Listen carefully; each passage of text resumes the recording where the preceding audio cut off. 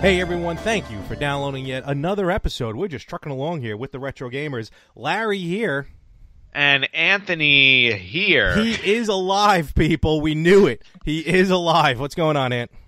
I don't know. Am I alive? Are you? I think you are. I hope you are.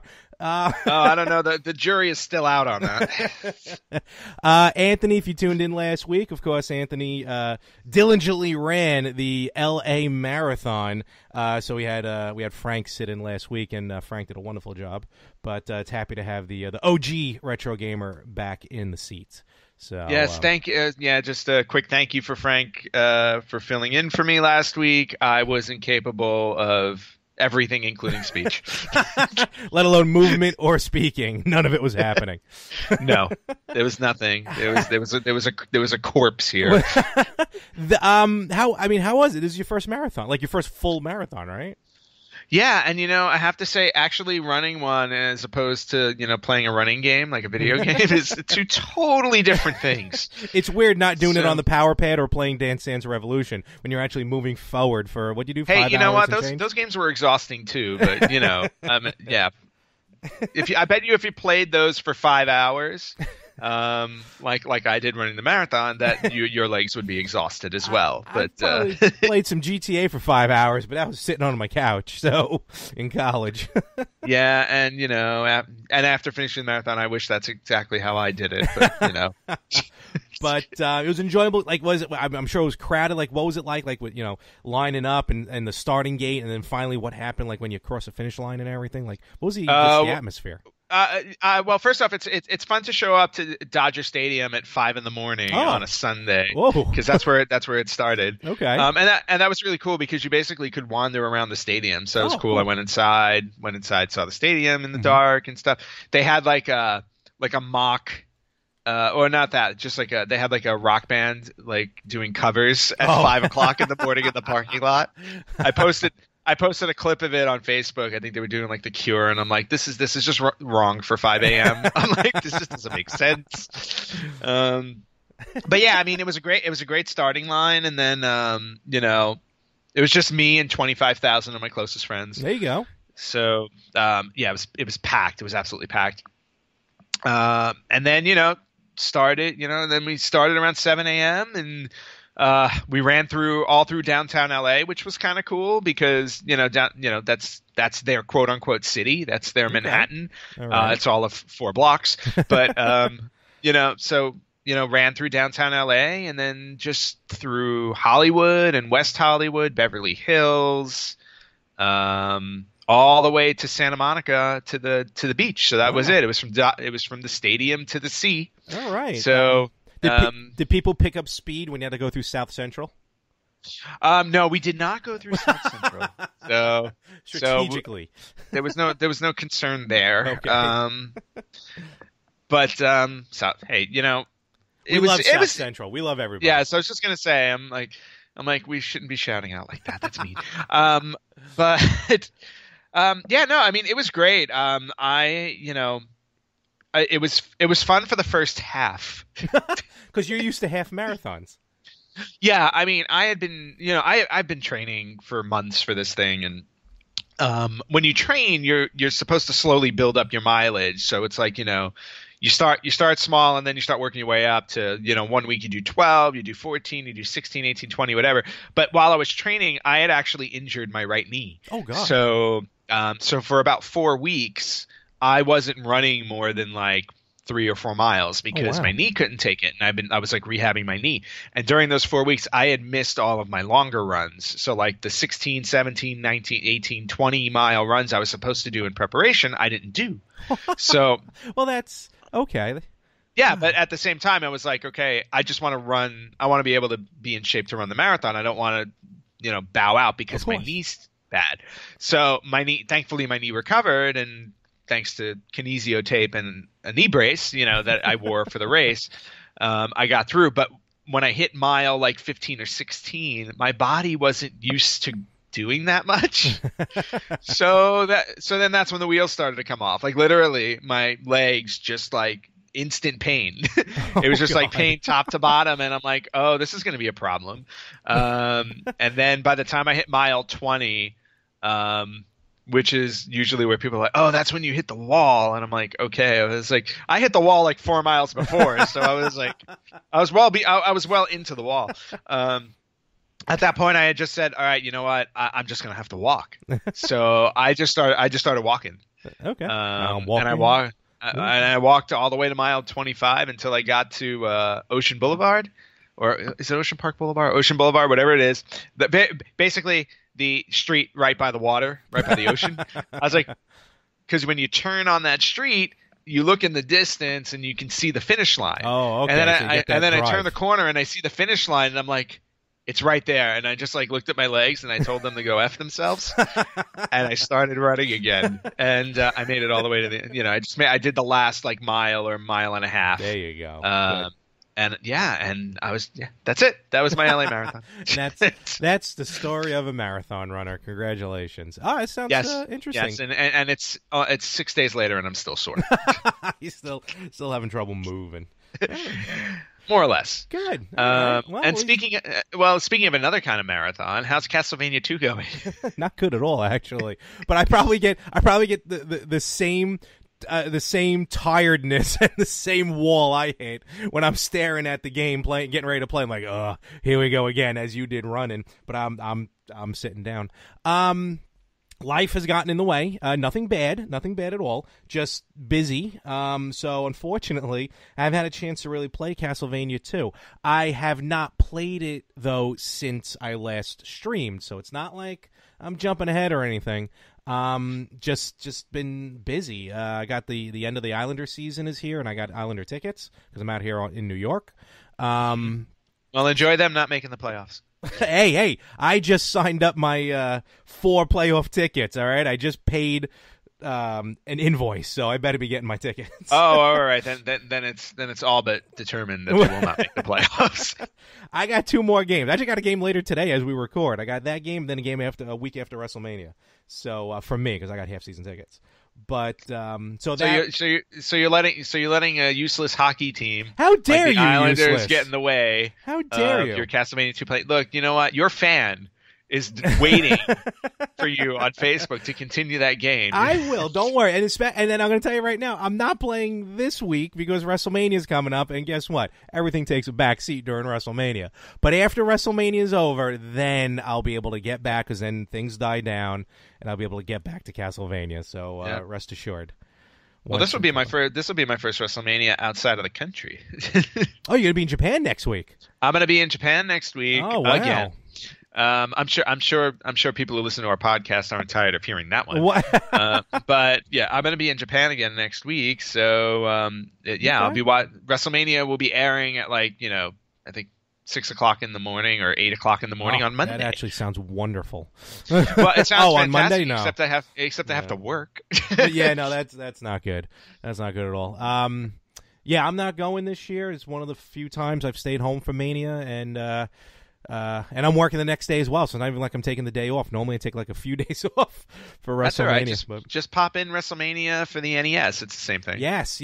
Actually, it's on the Facebook page, facebook.com/RetroGamersPodcast, that I forwarded. It was a clip from Sega CD Rage in the Cage, every finisher. Nice. But what was more fun about that, other than the finisher, was just I kind of forgot some of the guys were like Kamala. I forgot was in the game. Yep. And Mr. Perfect. Perfect was in it, and now just seeing the sprites, seeing how they looked, it was fun to take a look at that. And so I posted that. You can find that definitely on the page. That was from it was a YouTube video that was on there as well. So it was pretty cool. Quite so wait, were you talking about the characters doing it in the game, or the actual video clips they had of the? No, the characters. Just to look at because on the Sega CD game, if I'm not mistaken, when you were selecting your characters, not only did it play music, but there was an option to view their finisher, and you actually got a very pixelated video clip of the finisher, and if I believe if I'm remembering correctly, I even think it was in black and white. Yeah, it was. I think I think it was so grainy it looked like it was black and white. Pretty much in black and white. But no, this was the actual characters, and I forgot how the game looked with the cage up and everything. And that I shared from. This is a long name for them. WWF Stars of the 80s and 90s Old School Wrestling / WWE WCW Figures and Games on Facebook at WWF Stars. That is a very long name. Winded name, but it was pretty cool to watch. But yeah, so yeah, I'm sorry. No, I was going to say, I have Rage in the Cage on Sega CD, and I remember how smoothly it used to run because it ran like the graphics were kind of like the Super Nintendo and the Genesis games at the time. Mm-hmm. But it just seemed to run a little bit smoother. It did, which was cool. I think it was at a low time and everything as well. But yeah, so once all this is done, once hockey season's over, WrestleMania's over, well, really more WrestleMania because I got one more hockey game after that. I'll get back on Castlevania 2. We'll continue to find and destroy Dracula. Of course, at this point, not getting a good ending. With the third, I was just going to say, you're going to get the third worst possible ending. Last week, I don't know if you listened to the podcast last weekend. You know what? I had to listen to the podcast last week because I needed to know how you would fare without me. and forgive me for going out on a limb saying I will never miss another podcast. Wow. I'm going to say that's at the fault of Frank. So, oh no, I'm not blaming Frank at all. I think you need me here to keep you in control. I'll go rogue on my own. Yes, the rogue retro gamer. We were talking about last week's retro spotlight was DuckTales, and I didn't realize DuckTales had 3 different endings. A lot of these games back in the day had 3 different endings. I never really put 2 and 2 together on that one. Well, the reason why the games back then had 3 different endings is because replay value. Yeah. I mean, if you got through a game like DuckTales, and to be honest with you, if you were really good at gaming, even then, you can get through DuckTales in about 30 minutes. Oh, easily. Probably less. So what's going to make you go back and play it again? Mm-hmm. I mean, aside from the fact that it's an awesome game, but I'm like, you go spend $50 on a game. 30 minutes later, you're done with it. It's like, it's kind of cheap. I was like, knowing the fact that you can try and find secrets and and different endings is an additional challenge. So. Sure. I think that's one of the many reasons why they put stuff like that in. I wish they would have done that for a specific game I'm going to call out today for 5 seconds because we're going to talk about it next week. But the Mighty Morphin Power Rangers game for the Super Nintendo, I remember when I bought that 30 minutes later, I had beaten it and there was nothing else to do with it. Done. And it wasn't even, you couldn't even sell it back. I don't think they were buying back games back then. No, and Toys R Us wasn't taking refunds either. I tried. Awesome. So, but yeah, so it was kind of odd with the multiple endings and, DuckTales, Castlevania, DuckTales coming out, as we talked about last week on the systems, Castlevania on the NES Classic, and I think finally, after how many months of it being released, you can try and get the best ending in Castlevania 2. That's very true, even though I've gotten it before. So I have finally. Well, it's not in my hands yet. What? So okay. And it better be in that Amazon box. That's what I'm going to question when we get into this. Well, yes, because I equally questioned it before I pressed the purchase button. So after 4 months, 5 months now, November, we're doing 5.5 months later since it came out in early November. Mm-hmm. I have finally gotten my hands on an NES Classic. Supposedly. And I'm saying supposedly until it shows up at the door. So good luck. And not to mention when it shows up at the door, I will be in Japan, so it's actually not showing up at it's actually not showing up at my door. I shipped it to my friend's house. Oh, good. Okay. All right, good. I told my friend, I just bought something on Amazon. It's coming to your house because I'm not going to be here. Thank you. So how... Now, this thing retails for $59.99. So, that is correct. And normally the scalpers are selling it for like $150. $50, $170. How did you find one that's 40? And what in your head, what bell did not go off saying, I think I may get an empty box? Okay, so first off, it was $39.99. Oh, excuse me. Yes, very important to mention. Nobody ever does 40 flat. You got to put the 99. So yes, and actually the resale prices started to drop a bit because you can get it on Amazon now for like 120 or 130. Okay. From the sellers that are on there. So, I was sitting at work the other day, and I had just picked up my Nintendo Switch from my friend Sean, who had pre-ordered it for me while I was in one of my other trips to Japan. I can't keep track anymore. But he had accidentally pre-ordered 2. I told him to hang on to the second one for me, which he did, and I picked it up on Tuesday from him. Okay. And it's all charged and ready for my 12.5-hour flight to Japan. Oh, nice. So, yes, and I cannot wait to get into Zelda Breath of the Wild. Really can't. And I hope I'm not sitting next to my boss because, I don't want to work. I want to play my Zelda.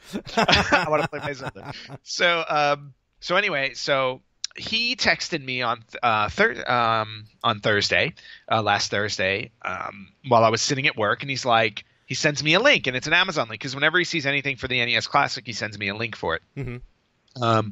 GameStop actually this week had the Switch Pro controller in stock for like 5 minutes, which nice. I missed. I didn't get that on one pretty easily. Yeah. Anyway, so he sends me a link on my phone on Thursday for the NES Classic, and I'm like, oh, Amazon must have it in stock, really, So I click on it, and Amazon, of course, didn't have it in stock, but it went to the buyers and sellers list, and the seller on there had it listed for $39.99, brand new. Of course. So I'm like, I literally am staring at my phone for probably 30 seconds, and I'm like, no, scam. And then there's another bell going off in my head saying, no, it's Amazon. I go, Amazon guarantees. I go, so even if you get an empty box, Amazon will refund your money because this is it's an Amazon seller. It's like kind of like the devil and the angel. Yes. So I'm sitting there because here it is. I go, this thing I've been waiting for 5.5 months. And granted, I have no problem paying retail for it. I was more than willing to pay the $60 for it. I was not going to pay double or triple the price for it. I'm sorry. I go, that's on Nintendo. It's like, God damn it. By now, you should be releasing these things in droves. Oh, please. So, which, by the way, I read an article yesterday saying that they're having a hard time keeping up with Switch, too. Yeah, I'm starting to hear that, too. Yeah. All right. So either they're doing this on purpose and they don't care, or they don't realize how popular their products are. I'm gonna say the former is true. I'm gonna say the latter because all they're about is making money. But we can get into that another time because that's a whole other story. Yeah, that's a whole other show. Getting back to the Classic, every logical part of me, which is a lot because I'm a very logical person, every logical part of me was telling me not to order it because it was obviously a scam. Mm-hmm. So I decided to shut that up this time, and knowing that there was only one on there for that price. So I ordered it, and then of course I waited for first thing I did was I waited for the seller to contact me and say, oh, I made a mistake. I meant to put $139.99, not $39.99, and that was the first thing I was waiting for, and that didn't happen. Okay, and then all of a sudden I got my Amazon notice saying that it shipped, and I was like, sure. And then I checked I checked yesterday, or not yesterday, Friday, I should say, because I ordered it on Thursday, and then Friday I tracked the shipment, and sure enough, it's on the way. All right. Well, we're all what eager I'm going to to wind know. up getting is beyond me. I don't know what's going to. I mean, hey, you know what? If they sent me an original NES that'd be sweet. With the 30 cartridges, I'd be fine with that. So that'd be a bonus. Exactly. Yeah, when you told me $40, I was like, that can't be right. Well, and I will agree with you. You still may not be right. We'll see. No, exactly. No, I am going to agree with you until it shows up. Let me ask you a question. How many? What was the seller's rating? Do you remember? No. Okay, because when you told me about that, I immediately went on to Amazon just to look. So, and I took a screenshot of this. So, I'm going to go from there's 4 prices here. These were selling at the time new NES Classics from other retailers through Amazon. So, of course, $133 with like $4 shipping, $130 with $4 shipping, $12 with $4 shipping, and $9.99 for an NES Classic. Again, $4 shipping. Of course, there's somebody who has it on there right now for $27, brand new, and he's got 94% positive rating. Yeah, but how many? Right next to the percentage should be a number, like in parentheses. Oh, 18 seller ratings. Yeah, okay, so 18 people. I mean, the people here only got one or 2 sellers each, so I'm like, eh. So as part of my adventure, the person that I ordered it from has his 1 seller rating, and he's 0%. So I'm so screwed. Oh, you better get on the phone and get ready to put in a claim for that amount to get back on your credit card. Oh, I cannot wait to file a complaint. But then again, I will say this though: if you go through the list of people who are selling it on Amazon, right? Yeah, there are a good number of people who are selling it for like 130, 135, who don't have any ratings because it might be the only thing they're selling. It could be the first thing they're selling. True, but you know what? I'm going to trust them more that I'm going to get an NES Classic for $135 than I would for $27. Well, no, that is very, very true. So, so this will be a great story for the next podcast. Especially when you got to call like the local news. You know, you're going to be like that. You know, like on the local news, they have like helping the people on the street. And you see Anthony, I ordered an NES Classic, and all I got was dog poop in a box. I got a cardboard box that says NES Classic. Awesome. Tune in, folks, for the ongoing saga of Anthony and the NES Classic. Hey, you know what? At least it's got more twists and turns It sure does. It's got more twists and turns than purchasing a Virtual Boy. Hey. The only come on, a minute. You missed that last week. No, Frank dropped a couple. I listened to the entire podcast. There was not one Virtual Boy insult.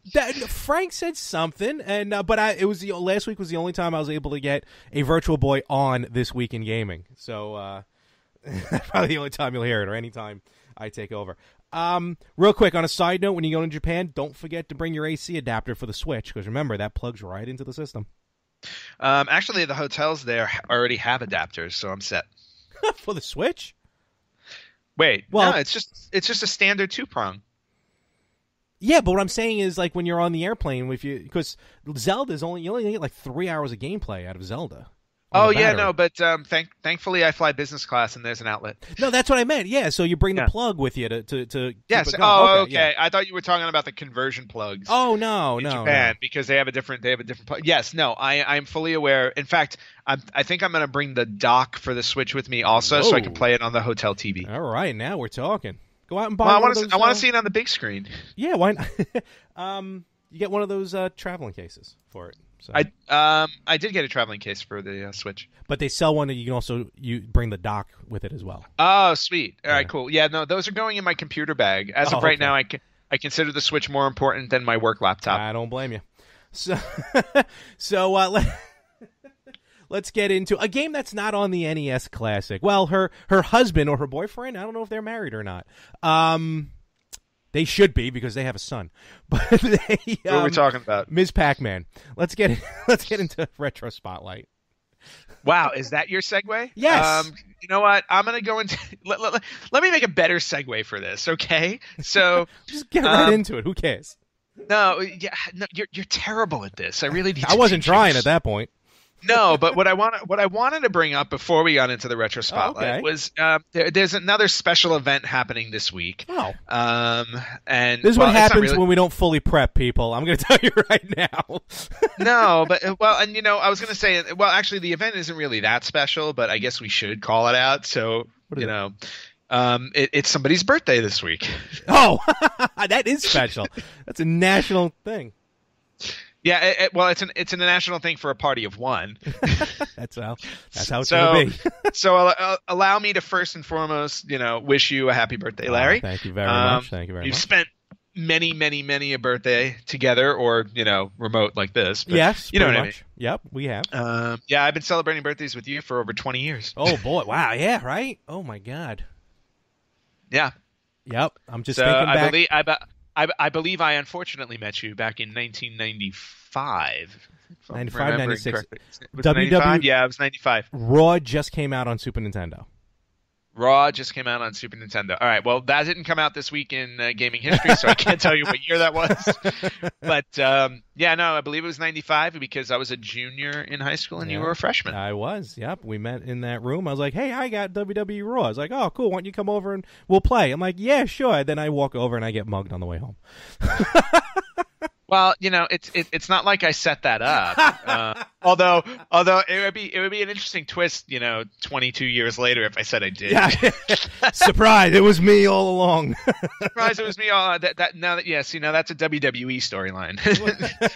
So that's right, Larry. It was me all along. That'd be great. Oh my God. So anyway, yes. So it's Larry's birthday this week, and. No, he's not getting a Virtual Boy for his birthday because nobody has those. Boo! I was hoping. So I got 1-2 in there.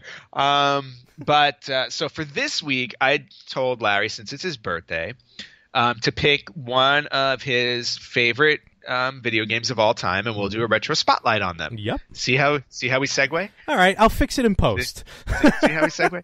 No, there's no fixing in post. We're gonna leave all the flaws in there because most of them are yours. Well, I did make an edit in when Frank was a guest with all three of us. I was able to mute something during that show. I was very proud of myself. Was it a curse word? No, it was a last name. Oh yes. Okay. It took I don't know why we need. It took me like 20 minutes. Be anonymous that way? I guess so.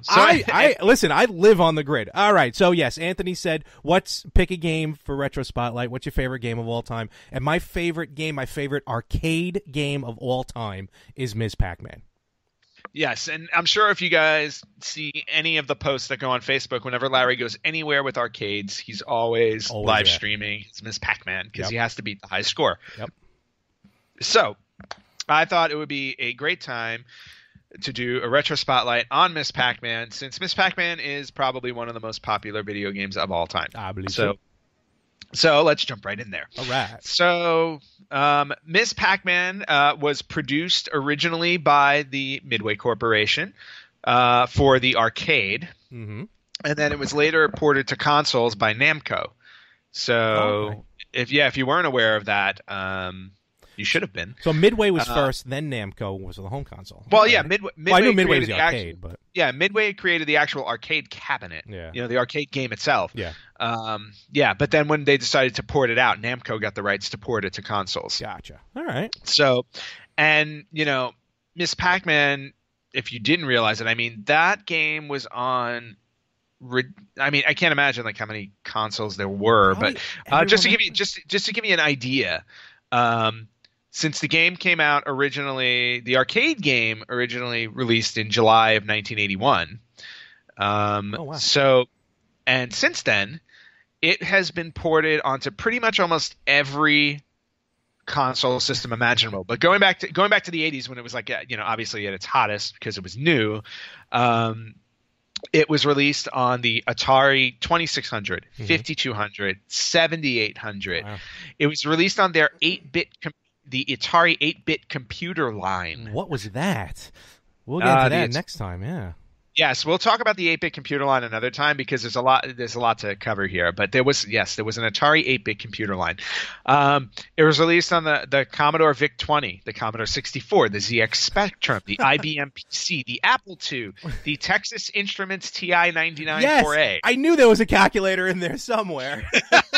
I knew it. So yes, Ms. Pac-Man was actually ported to a calculator by Atari, no less.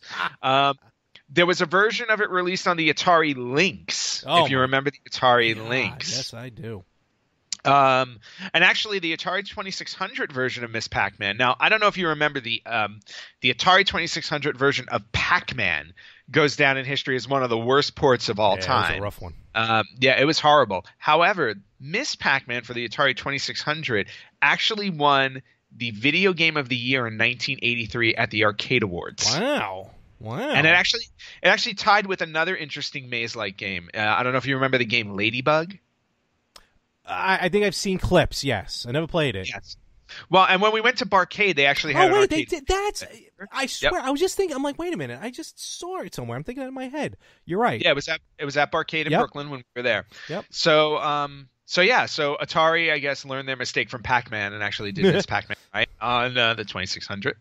And then obviously, just moving on. I mean, it was on the Sega Master System. It was on the NES. It was on the Super Nintendo. What I'm trying to think of what. Well, actually, the original NES version of Miss Pac-Man was not released by Namco. It was released by a company called Tengen. Yes. You remember, I don't know if you remember Tengen. Most people should, because they released a small game called Tetris at one time. Yep, and they were the odd-shaped carts. Yes, they had the odd-shaped carts. So Miss Pac-Man was actually originally released on NES by Tengen until Namco decided to port it on to the NES in 1993. Oh my god! At which point the NES was pretty much all but done. Wow, that's late. Yeah, very late. I mean, that was well into the Super Nintendo Genesis, phase of gaming. So Miss Pac-Man also appeared on the CDI. Do you remember that thing? Yep. Womp womp. And then it just continued on. It was on Game Boy Color. It was on, it wound up on Xbox Live. Yep. They ported original. Just it was part of like original, like the little joysticks that you buy that have like 20 games. Plug and plays.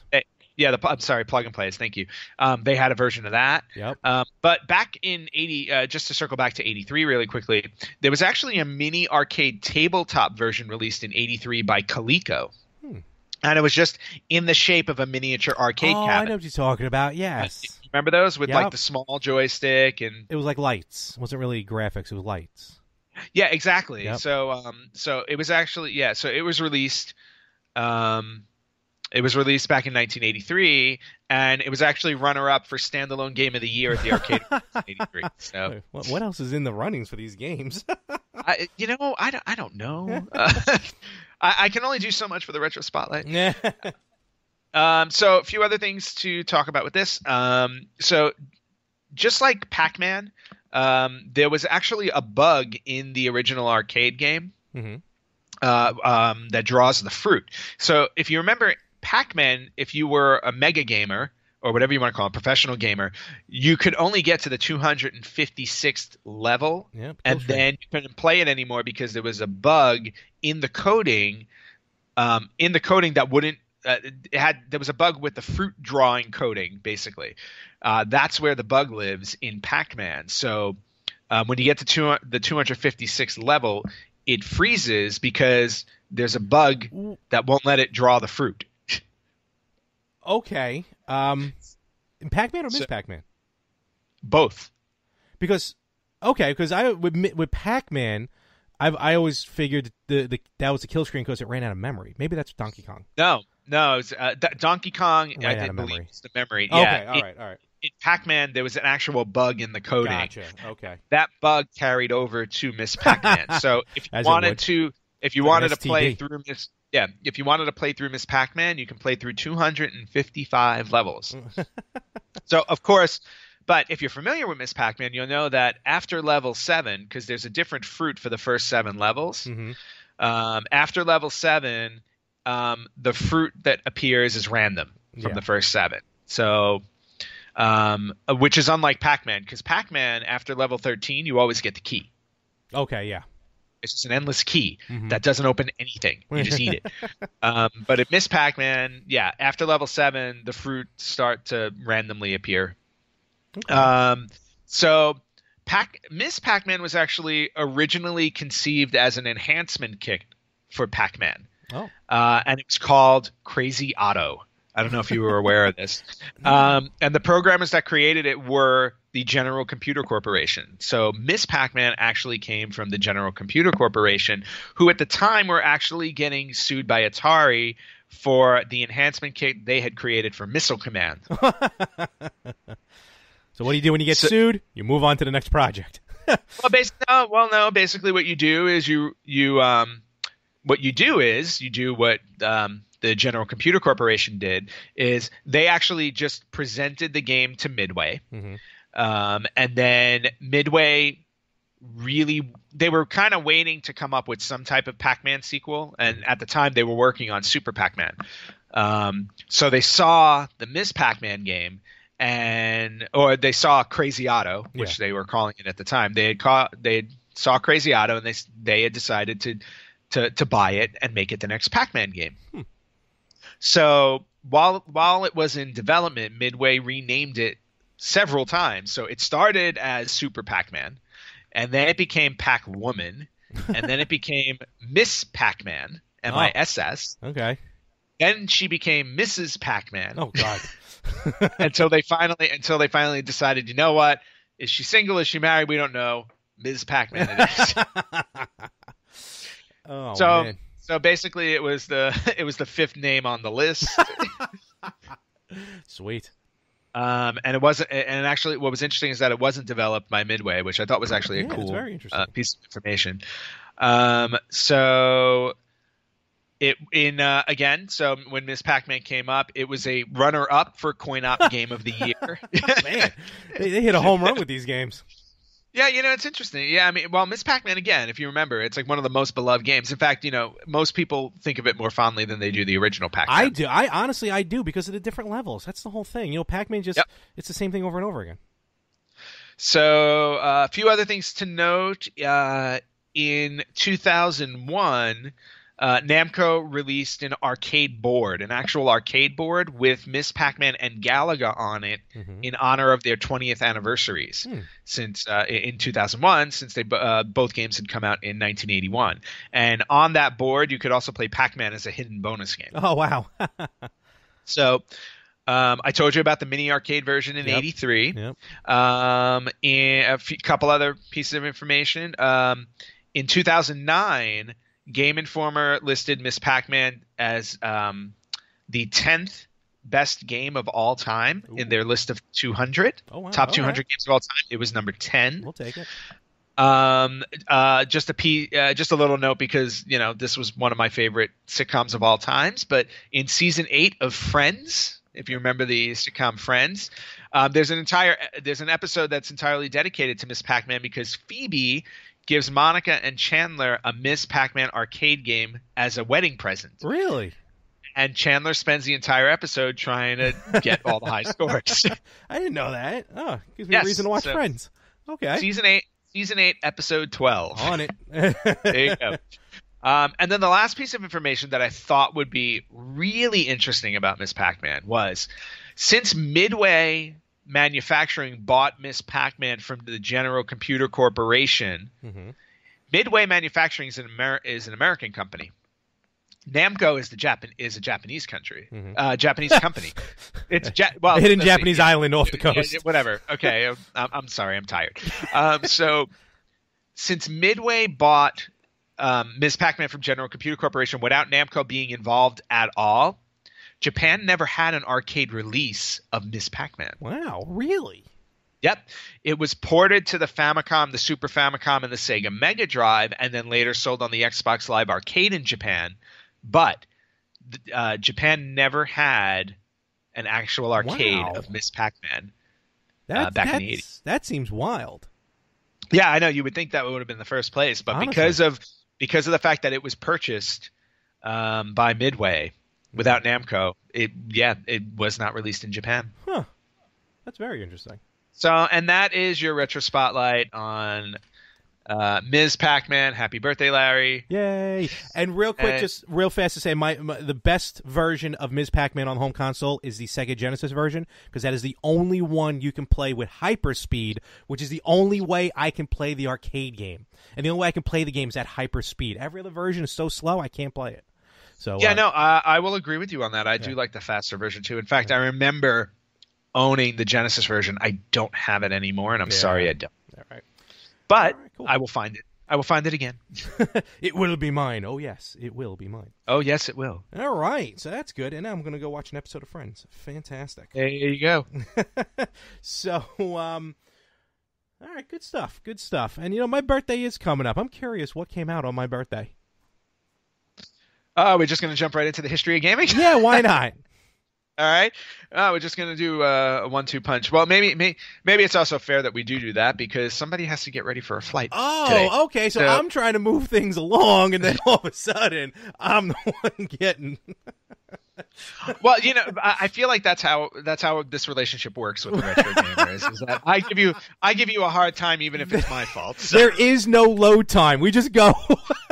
No, there's no. Yeah, I guess today we're going. Yes, we're in super speed mode. We are. So. We have to be due to restraints, but that's okay. But anyway, so yes, to honor Larry's birthday. I'm sure he will be happy to know that this week in gaming history is also dedicated to him. Basically, this whole episode is dedicated to him.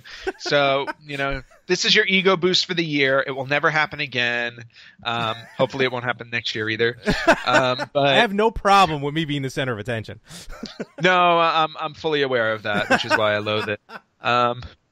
Normally, I'm the center of attention. And please stop listening now. So... This week in gaming history. So, few interesting. There was one really particular interesting year I'm going to get to, and I like to go chronologically because that's the way I roll. Fair enough. So we're going to start in actually a little bit later this year than usual. Because I had a hard time finding stuff in the 80s that were of note. So 1991. Oh. And in Japan, because I heard you last week about keeping this week in gaming history American only. No, I dropped some Japanese games. I did hear a couple of Japanese games, but I remember you saying that right at the beginning where you were like, because Anthony's not here, we're not going to talk about Japan. No. I just said that you tend to lean that way because you've been making all your trips. We're running out of time. It has nothing to do with me making the trips. It has everything to do with the fact that in most cases, these games came out in Japan before they came out in the U.S. So I thought it would make sense. You're right. I'm agreeing with you. To point out the Japanese. And you know what? Just for that, I'm going to – you know what? I was going to skip this one. But in 1987 in Japan, Gradius was released on the Sharp X68000. Oh, another X68000. I got to look this thing up because we saw that last week. Gradius. Yes, I heard you mention that, and I actually want to look it up too. Yeah, right? So, that's weird. All right. I'll see if I can find one in Japan. That'd be awesome. I'll come back with an X68000. It's going to be like the size of a room. Two planes just bringing it back. Yes.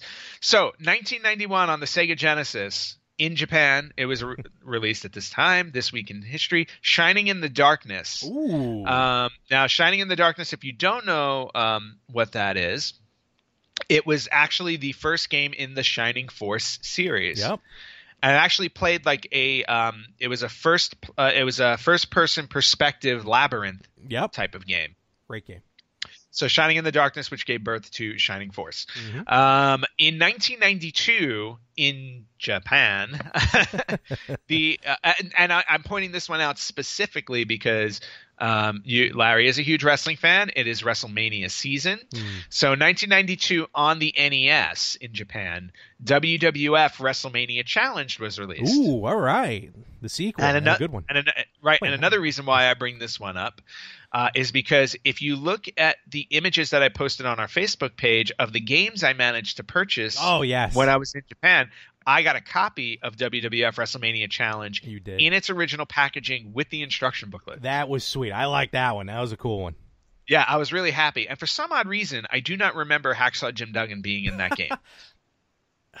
I think he was, but I don't think he was prominent on the box art. No, he was definitely not on the box art, but I actually had to go look it up and be like, wait a minute, did they put him in the Japanese game and not the American game? Poor Duggan. Considering that he's like an American character, he used to carry the flag. I'm like, I had to double check that.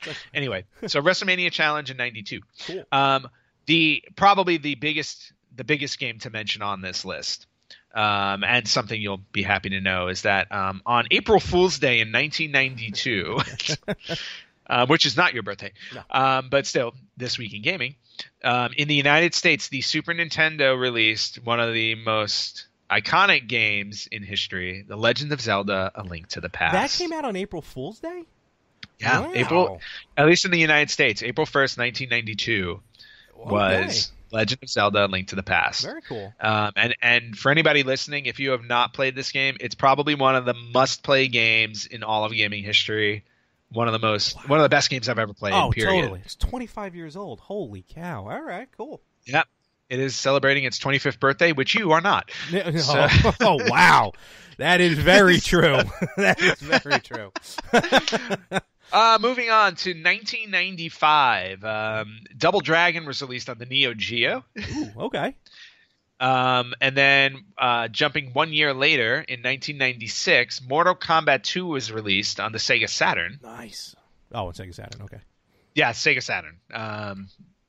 And then we're going to go to 1990. Again, we'll stay in 1996 because on the same week that now, Mortal Kombat 2 was a great game, Totally. but in the same week Mortal Kombat 2 was released on the Sega Saturn, PlayStation decided that they were going to release this little game that became, I guess it was a little bit popular. It was called Resident Evil. I may have heard of it. I'm not sure. Yeah, I've heard a little bit about it, but yes. So this week in 1996, Resident Evil was released to the world, and the rest is zombie history. Yeah, that was a genre starter. There wasn't even a horror genre really, or horror strategy like that they perfected. Yeah, just another amazing game. Yep. So you've had some good games come out your birthday week. Cool. So cool. I can only imagine what you asked your mom for at this time. What? when you were younger. Really, anything that was coming out. Basically. So moving on. So 1997, we had Doom released on the Sega Saturn. We also this was actually Saturn.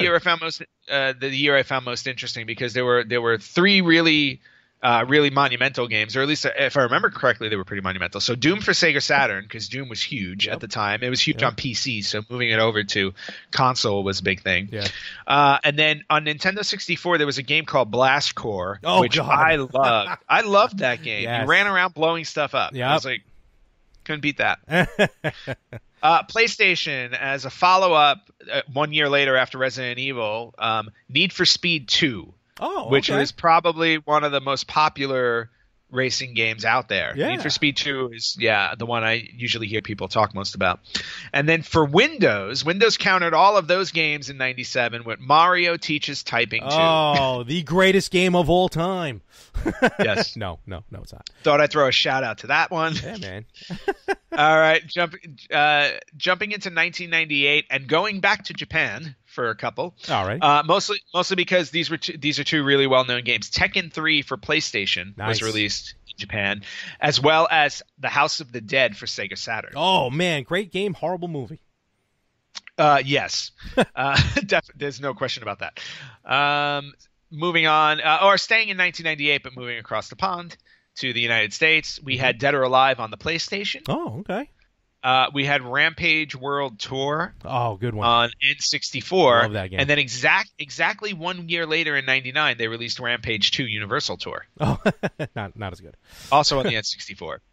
1999 also saw one of my probably one of the only PC games I played very few PC games. Mm-hmm, but this one I remember playing like ad nauseum, and it was Roller Coaster Tycoon. Oh, that's a good one. Yeah. Yep, 1999. I used to make roller coasters so insane on those things that the people who went on them either threw up immediately when they got off, or nobody went on the roller coaster because it was too intense, and I would have to rebuild it. Oh, jeez. But Roller Coaster Tycoon, yes.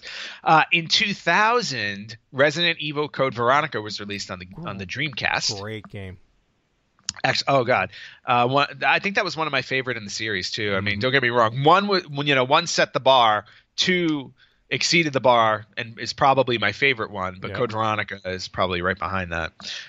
Nemesis used to drive me crazy because I used to get annoyed away from. Yeah, right. That wasn't Stars. Yes, nice. Creep me out a little bit. Sorry. Moving on to 2001, we got Pokemon Stadium 2 for the N64, which is actually kind of a rare game to find. Yeah. And then in 2002 on the GameCube, just a throwback to last week's podcast that I wasn't on, you were talking about Disney games. So on GameCube in 2002, we had Donald Duck Going Quackers. Yes. Great game. I was talking about that last week. Fantastic game. I know you were. But as nice as that sounds, in Japan on PlayStation 2 in 2002, they were releasing something a little bit more Disney and a little bit more monumental, Kingdom Hearts. Oh, wow. Yeah, that bigger and better. Yes. And again, also like one of my favorite games. In fact, I still haven't played Kingdom Hearts 2 because I am stuck in Kingdom Hearts Chain of Memories, which is 1.5. Oh, and if you know my OCD, I will not play the next game until I finish the one prior. So I'm still working on Chain of Memories, which also reminded me that I've never played Tomb Raider 3, which I've owned for over 20 years, or almost 20 years, because I never finished Tomb Raider 2. Wow. All right. Anyway, that's a little side note. I don't have that problem. I just move on to the next game once it's released. Moving on to 2003, we had Marvel vs. Capcom 2 on the Xbox. Oh, okay. Which was awesome. Yeah. And also, this was in Japan on GameCube, Xbox, and PS2, Soul Calibur 2. Oh, great game. Which was awesome. And if you remember when these came out in the States, and correct me if I'm wrong, didn't they have a different did they have a different special character for each one, or was that like a later Soul Calibur? I feel like Soul Calibur 2, because I feel like Link was on the GameCube version, and yeah, because Soul Calibur 3 didn't have as notable things, and Soul Calibur 4 had the Star Wars characters. So yeah, I think it was 2 that started that. Yes. So, and I know we've seen that happen before. Like, I think recently with the Mortal Kombat series, they used like Freddy Krueger and Jason Voorhees and Alien and Predator are in there too. Yeah. So, there you go. So Soul Calibur 2 came out in Japan in 2003. We had Resident Evil Outbreak on PlayStation 2 in the States in 2004. Okay. Mario Party Advance in 2005 on the Game Boy Advance. And then also in 2005 this week, Lego Star Wars, the video game came out. Yep. And I believe that was the first Lego game. Yes, Lego Star Wars. Yep, because it was the original. It was the original 3 movies. Excuse me. So that kickstarted the whole Lego video game franchise. Let me rephrase that. And then Episodes to finish 1, 2, 3. off, yes. And then to finish off this week in gaming, PlayStation 2 in 2006 in the United States, we got Kingdom Hearts 2. Oh, there we go. It's a fun game. Which I still haven't played. As noted. All right. Well, that's a lot of stuff happening this week. Yeah, that is this week in gaming history. Sweet. Yes, you had a lot happening around your birthday. As it should be. No, not really, but you know, you know what? These developers don't know it's your birthday. So. They do now. All right, cool. I doubt that too, because they're not listening. I hope they are. And with that, we're going to start to then wrap this up. Ant, you're going to be heading out. You're going back overseas, aren't you? Yes, I am headed back to Japan for more work, but we will continue. We will continue podcasting remotely, like we've done when I've been in Japan prior. I am not running a marathon there, so I will be semi-functional. All right, sweet. Well, again, as usual, safe flight. Enjoy Japan. Hopefully, you'll find some interesting stuff over there. Thank you, and you enjoy your birthay, enjoy WrestleMania, and enjoy watching the Islanders not make the playoffs. How dare you? I've already paid for the tickets. So, with that being said, folks, thank you for joining us. Thank you for downloading. Subscribe to the show, and we will catch you next time. See you later.